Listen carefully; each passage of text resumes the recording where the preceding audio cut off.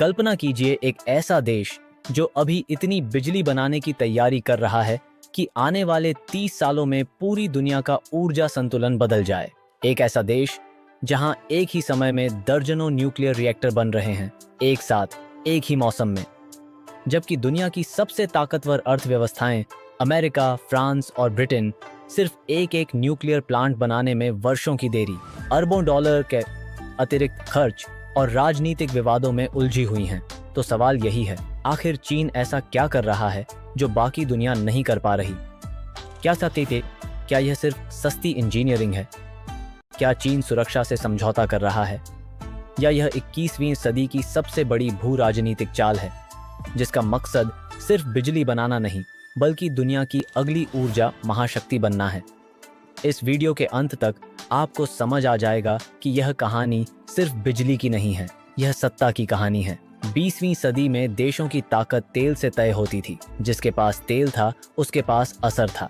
लेकिन अब दुनिया पलट रही है। इलेक्ट्रिक कारें, एआई सुपर कंप्यूटर, विशाल data centre, high speed rail, robotics, अरबों स्मार्ट डिवाइस, इन सब की भूख एक ही चीज है, बिजली। इतनी बिजली जितनी इंसानी इतिहास में पहले कभी नहीं चाहिए थी। इसीलिए आज असली सवाल यह नहीं है कि किसके पास सबसे बड़ी सेना होगी। असली सवाल यह है कि भविष्य में सबसे ज्यादा बिजली कौन बना पाएगा। और यहीं से शुरू होती है चीन की असली कहानी। आज चीन दुनिया की सबसे बड़ी फैक्ट्री है। मोबाइल फोन, बैटरियां, सोलर पैनल, इलेक्ट्रिक वाहन, स्टील, एल्यूमिनियम, सब कुछ वहां बनता है। और इन फैक्ट्रियों को चाहिए एक चीज, बिना रुके चलने वाली बिजली। अब इसमें जोड़िए हजारों हाई परफॉर्मेंस चिप्स वाले एआई डेटा सेंटर जो 24 घंटे चलते हैं, जोड़िए लाखों इलेक्ट्रिक वाहनों की चार्जिंग, जोड़िए दुनिया का सबसे बड़ा हाई स्पीड रेल नेटवर्क, और अब जोड़िए स्मार्ट शहर। तो यह बिजली आएगी कहां से? सुनने में आसान लगता है, सोलर लगा दो, विंड टर्बाइन लगा दो, समस्या खत्म। लेकिन सूरज रात में नहीं निकलता और हवा हर वक्त नहीं चलती। और जब किसी देश की पूरी अर्थव्यवस्था 24 घंटे बिजली पर टिकी हो तो सिर्फ मौसम के भरोसे नहीं रहा जा सकता। यही वजह है कि दुनिया एक बार फिर न्यूक्लियर ऊर्जा की तरफ लौट रही है। लेकिन यही कहानी अचानक मुड़ जाती है। यूरोप के न्यूक्लियर प्रोजेक्ट सालों पीछे चल रहे हैं। अमेरिका में हर नए रिएक्टर की लागत बढ़ती ही जाती है। राजनीतिक विरोध, पर्यावरणीय मंजूरियां, कानूनी अड़चनें इतनी बड़ी हो गईं कि प्रोजेक्ट सालों तक अटके रहे। और उसी वक्त हजारों किलोमीटर दूर चीन में एक के बाद एक विशाल न्यूक्लियर साइटें उगाईं। एक नहीं, दो नहीं, दर्जनों। सैटेलाइट तस्वीरों में हर कुछ महीनों में एक नया निर्माण स्थल दिखता है। विशाल गुंबद, भारी क्रेन, हजारों इंजीनियर एक साथ काम करते हुए, जैसे किसी ने न्यूक्लियर प्लांट बनाना एक असेंबली लाइन में बदल दिया हो। पर आखिर कैसे? यही इस पूरी कहानी का असली राज है। बहुत से लोग सोचते हैं चीन यह इसलिए कर रहा है ताकि कार्बन उत्सर्जन घटे। यह वजह है, पर पूरी वजह नहीं। असली वजह इससे कहीं बड़ी है।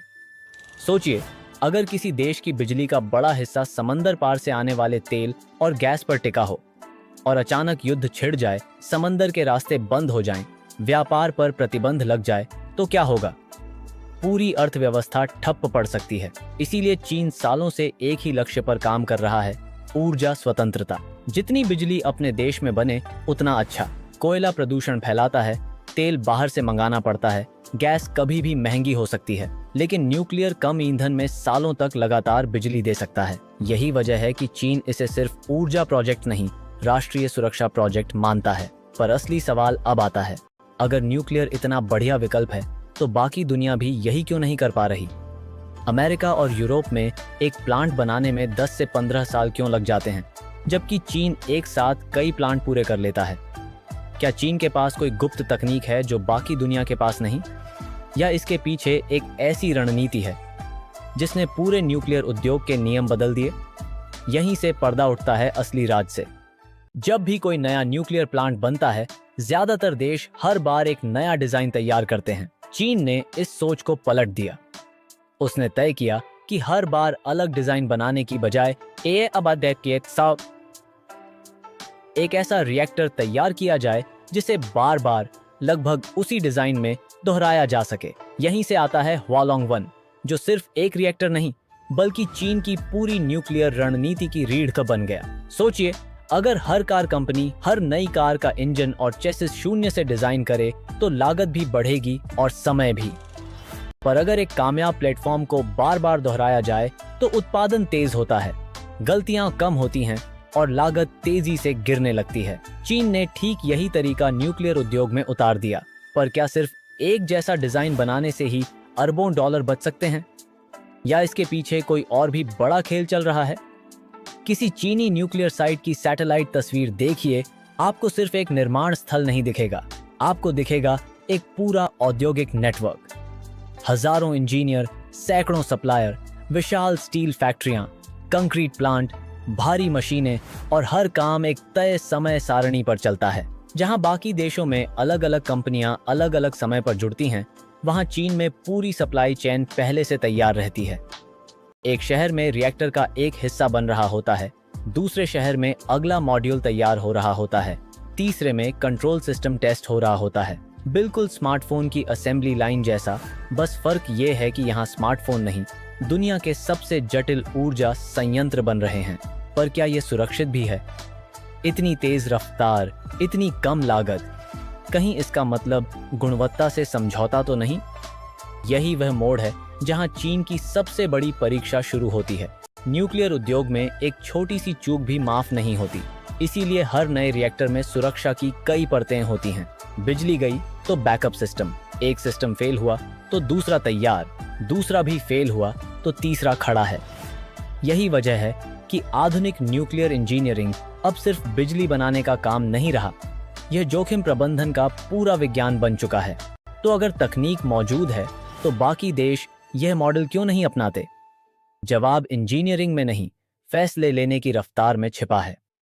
कई लोकतांत्रिक देशों में एक प्रोजेक्ट शुरू होने से पहले सालों तक पर्यावरणीय अध्ययन, जन सुनवाई, कानूनी लड़ाइयां और राजनीतिक बहसें चलती रहती हैं। बीच में सरकार बदल जाती है और पूरे प्रोजेक्ट की दिशा ही बदल जाती है। चीन में एक बार कोई प्रोजेक्ट राष्ट्रीय प्राथमिकता घोषित हो जाए तो पैसा, जमीन, उद्योग, संसाधन सब तेजी से जुट जाते हैं। इसका मतलब चुनौतियां नहीं हैं, ऐसा नहीं है, पर फैसले की रफ्तार कहीं ज्यादा तेज है।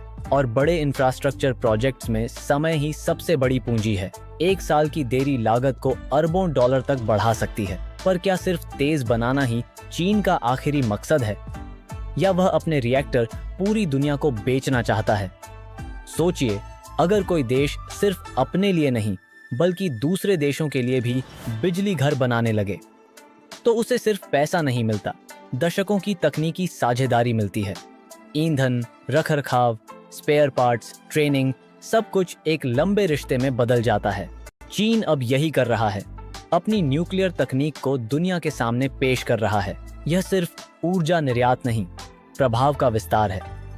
जिस तरह रेलवे, बंदरगाह और हाईवे कभी वैश्विक ताकत की निशानी बने, वैसे ही आने वाले सालों में न्यूक्लियर ऊर्जा देशों के बीच रणनीतिक रिश्तों का नया जरिया बन सकती है। अगर ऐसा हुआ तो चीन सिर्फ सबसे ज्यादा रिएक्टर बनाने वाला देश नहीं रहेगा, वह दुनिया की ऊर्जा व्यवस्था का सबसे बड़ा निर्माता बन जाएगा। पर अगर आपको लगता है कि कहानी यहीं खत्म हो जाती है तो रुकिए, क्योंकि चीन अब पुराने रिएक्टरों से भी आगे निकलने की तैयारी में है। छोटे मॉड्यूलर रिएक्टर, एआई से चलने वाले न्यूक्लियर कंट्रोल सिस्टम और सबसे बड़ी चुनौती न्यूक्लियर फ्यूजन।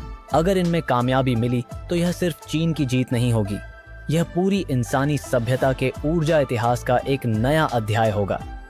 सोचिए, अगर एक विशाल न्यूक्लियर प्लांट बनाने में 10 साल लगते हैं, तो क्या हो अगर उसी तकनीक को इतना छोटा कर दिया जाए कि उसे फैक्ट्री में बनाकर सीधे किसी शहर या औद्योगिक इलाके में लगाया जा सके। यही सोच है छोटे मॉड्यूलर रिएक्टरों के पीछे, जिन्हें एसएमआर कहा जाता है।